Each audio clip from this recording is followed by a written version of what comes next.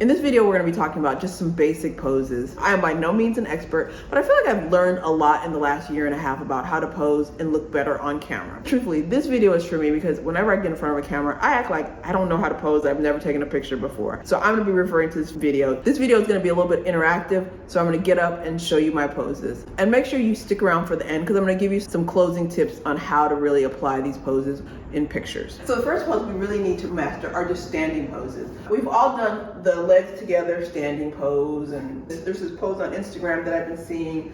I don't know what that is. The majority of your poses are gonna be standing. The number one thing I think about is that I need to create space between my legs by shifting back and forth, right? So I'm just like, it's just a two-step. We all can do a two-step, even if you can't dance. You can two-step, but we're going slow. So I like to think photo shoot, pose, photo shoot, pose. Just, long enough for either you or the photographer to take your picture. In addition to that, you can sometimes create angles by lifting the leg a little bit. I lift my legs slightly in the air sometimes, or I just go side to side. Really doesn't matter. Practice. Look in the mirror and see how high it looks good to lift your leg. Because I've seen people lift their legs like this and it looks great, but for me it looks silly. I have to just lift it slightly and go from side to side. But that's it. Space, angles, two-step. We can all do a two-step. That's it. That's it. Just two-step. And everything else is just moving your upper body. If you got your two-step down, you're good to go. In addition to standing poses, I also like to do walking poses. There's two techniques that really helped me master walking poses. Now the first one is the stutter step, where basically you're shifting your weight from the back leg to the front leg, and you're just kind of like going like this. And it's a little bit hard because sometimes it doesn't feel natural, but just, that's almost like a dance. It's all back to a dance, right? The moment my weight shifts from my back leg to the leading leg is when I take the picture. So boom, that's it. Bada boom, bing. If the stutter step is hard for you, the easiest thing to do is to walk in and out of the frame numerous times, making sure that when you do, similar to the stutter step, you want to capture the moment that the weight shifts from your rear leg to the lead leg. Just do that and you'll get it. Yes. I practice in the mirror sometimes just doing the stutter step. If you have two legs, you can walk. So try one of those. And those are basically my tips for walking poses. Now that we know that we're doing a two-step with our legs, we can move on to our arms. Hands are super awkward. When I look at my early pictures, I'm cringing because I either have my hands in a tight fist or they're like a claw. I just didn't know what to do with my hands. All of these hand poses are gonna be about giving your hands a job or something to do. So we're shifting our weight from side to side, and I think that one of the easiest things to do is put your hands in your pocket. The number one thing you gotta remember with pockets is don't shove your hands in there. Sometimes like with coats, if it's cold, you might wanna do it, but for something like this, it's just easy breezy, back and forth. And you can alternate between your thumbs being out, the rest of your hands being in, or your thumbs being in and your hands being out, just back and forth. Sometimes also if you have belt loops, I don't have any belt loops, but if you have belt loops, you can also put your hands through your belt loops, plain and simple. Next up is crossing your hands. Now, everything is dainty, everything is light, so just lightly do it. I would say play around with the angle. I'm busty and crossing my hands right here looks kind of weird, but it may look great on you. I look better like grabbing my forearms and going back and forth and just doing that.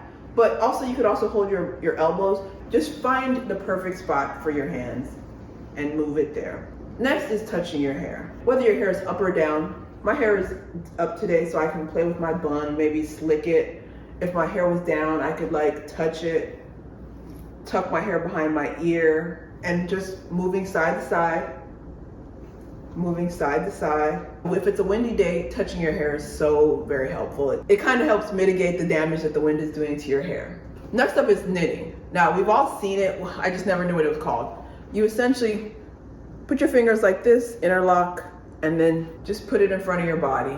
And we've all seen somebody do this. And it's just loose. I sometimes do it tight, but then I have to remind myself, loose. Everything's just loose. And you can move your hand however you want to do it. Next up is everybody's favorite, hands on your hips. As I said, no cheerleader, no teacup. We're going to be doing more high fashion as opposed to your thumb being up. Your thumb is going to be pointing down. And you're just going to rock back and forth, alternate, sway, whatever you want to call it. You're just going to sway back and forth. find the smallest part of your waist and just do that. You can play around with it. You can also play around with how far, like some people want it way back here, some people want it up here. Just play with that. I realize I prefer my left hand on my waist. Some people can do both. I don't like both. But if you can, just do that. Rock with it. And finally, hands, playing with fabric. So this shirt ties, or maybe even, you know, the fabric of this, play around with that. All while we're swaying from side to side. I like to shoot in flowy skirts, and so I play with that.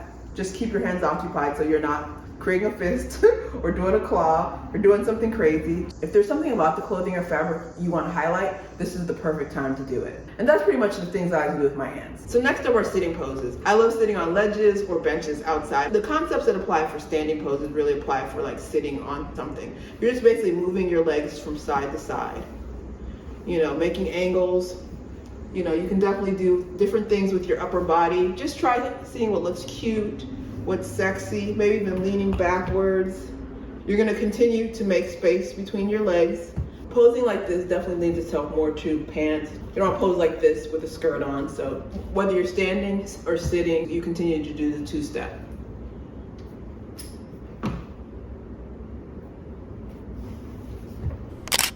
And that's it for sitting in a chair. So next up are poses sitting on the floor.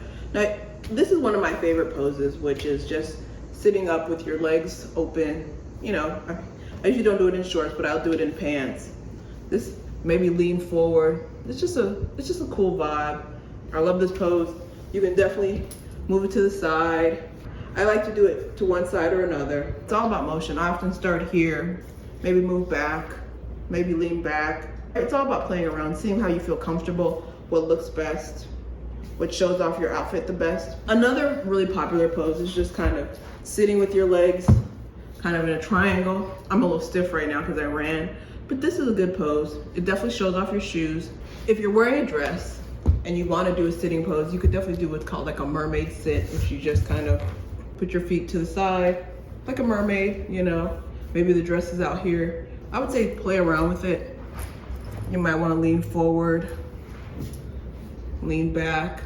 I feel like I'm a little awkward now, so whenever I'm taking these types of pictures, I have to like look and see what's the right angle, because sometimes you're like having your arm like this is gonna look awkward. So I feel like standing up straight, just play with it until you get a good look. Sometimes I'll have like 15 shots of just me making one modification at a time if I can't see myself. Sometimes maybe your photographer can help you. This is a great shot. Both sides work. If you want to do something more casual, it doesn't have to be a full-on mermaid. It can just be like this. Yeah, so play around with your sitting poses. If you want to do something at home besides your regular standing selfie, I love sitting poses. Those are my options for sitting. Next up is facial posing. Now, I have a very expressive face, so I really have to work on it. I almost feel like I have to dumb down my face a little bit to not overpower my picture. Facial expressions really matter. Make sure that your facial expressions match your pose. So a sexy face with a sexy pose. You don't want to have like a sexy pose and then have a big smile. It's incongruent. It's happy face, happy pose, right? I think the one thing I have to work on is I always have my chin up too high. My friend who's a photographer is always like, put your chin down. And I'm always like this. But it's, you know, just slightly down. My RBF is my default face, but I do like to switch it up. The first thing I like to do is laugh. Genuine laughter looks so much better in photo. Conjure up funny images, make yourself laugh, get a good laugh in, and then calm down a little bit and then take the pictures because it just brightens up your face. I believe this is my favorite side. So find your favorite side, adjust it. I don't have my hair down, but tuck your hair behind your ear on your favorite side. Maybe turn this way. There's a lot of things you can do, but just emphasize that side. Another thing I like to do is look down.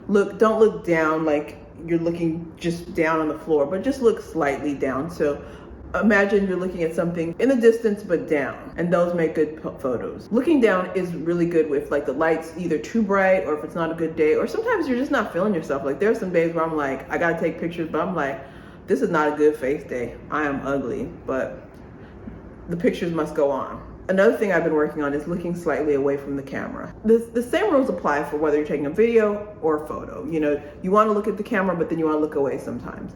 And my biggest mistake was always like looking too far. You almost want to look like 45 degrees from one side to another. So it's just like this, this.